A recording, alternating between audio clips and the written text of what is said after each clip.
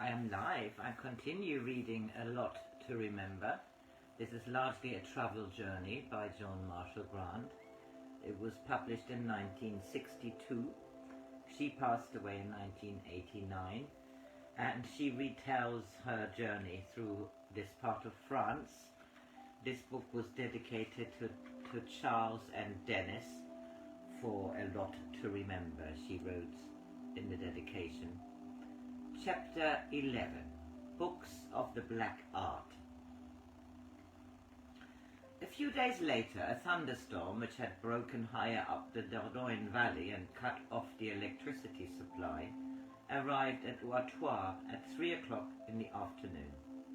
Rain was driving horizontally across the precipice above the steep vineyard, and clouds, the grey-purple of opium poppies, pressed down on the gorge and until it was too dark even to address white envelopes in black ink.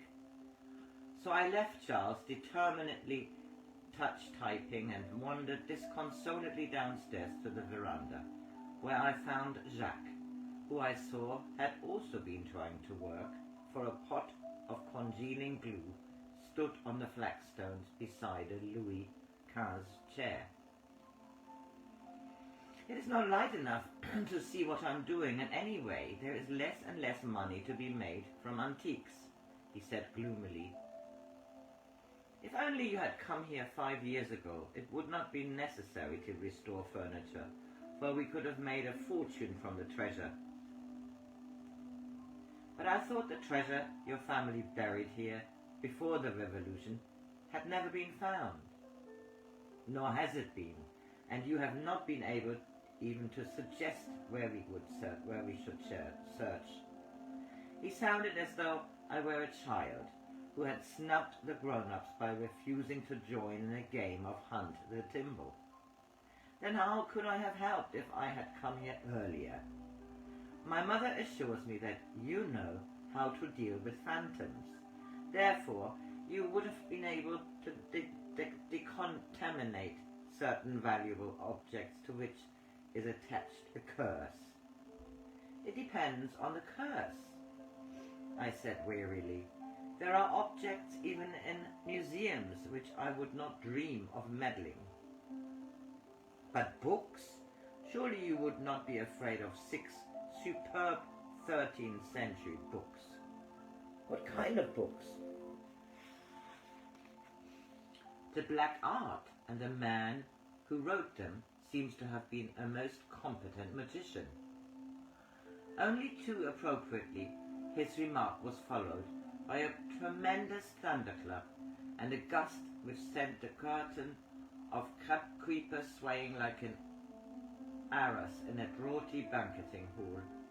Jacques picked up the glue, found it was too cold to use, and decided that his time would be better employed in telling me a story. You can put it in your book if you like, but change the names of the people involved and be sure not to reveal where the treasure was found. I'm always meaning to go and have a look there. To this I of course agreed, and he continued. The chateau where the books were found is in the Lot, but a long way from here, and was built in the 12th century. The family became increasingly powerful until the Renaissance, then gradually became impoverished, until the last one died when my mother was still a child. She remembers him as a very old man, telling her that one day he would be rich again because he would have found the family treasure, but he died virtually a pauper, and the place fell into ruin. 5 years ago, a boy from the village went there to look for owl's eggs. The nest was on a ledge, which had once been the hearthstone of an upper room. Climbing up to it, he dislodged some plaster, which revealed a cupboard built into the thickness of the wall. The lock and hinges were still intact, but he managed to force it open and saw a large parcel of waxed linen, sealed with the same device that had been carved in stone in various parts of the chateau. Being too impatient and too ignorant to realize that the 6 layers of wrappings and the 6 great seals of purple wax should have been carefully preserved, he tore it open.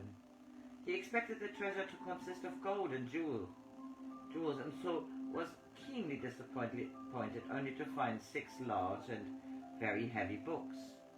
However, he at least had the sense to leave them there and to hurry back to tell the mayor about them.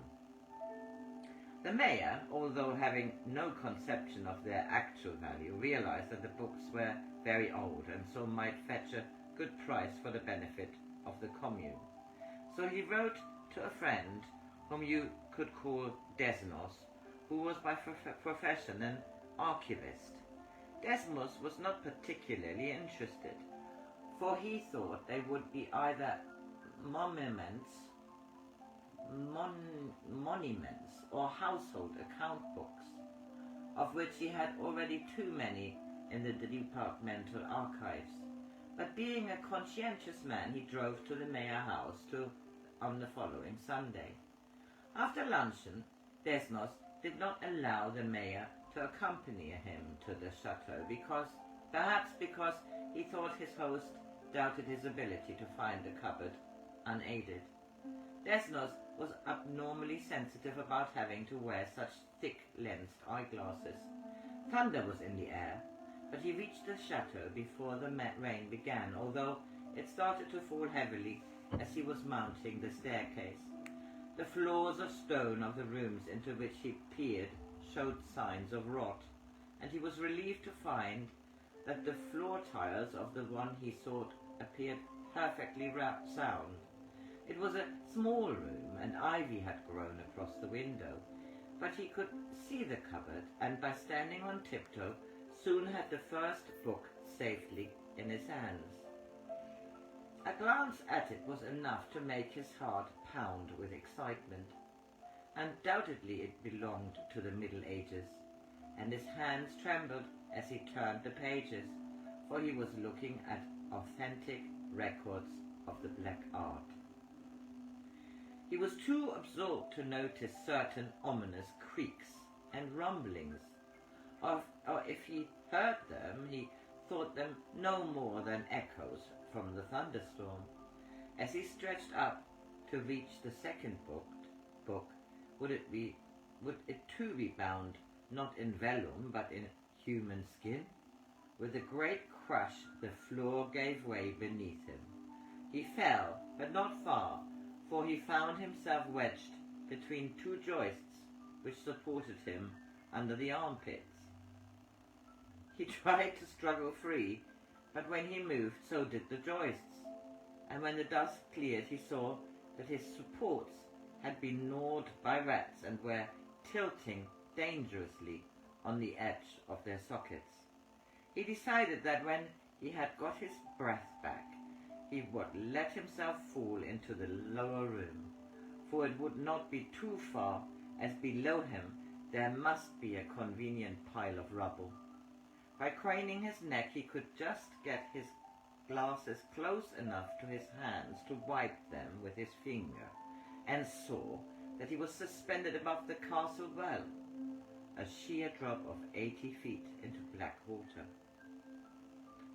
He shouted for help, although he knew that no one could hear him against the thunder.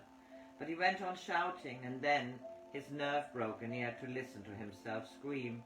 He screamed for 3 hours, and then the mayor came to look for him. When he had been dragged to safety with a rope, he was driven home and put to bed under sedatives.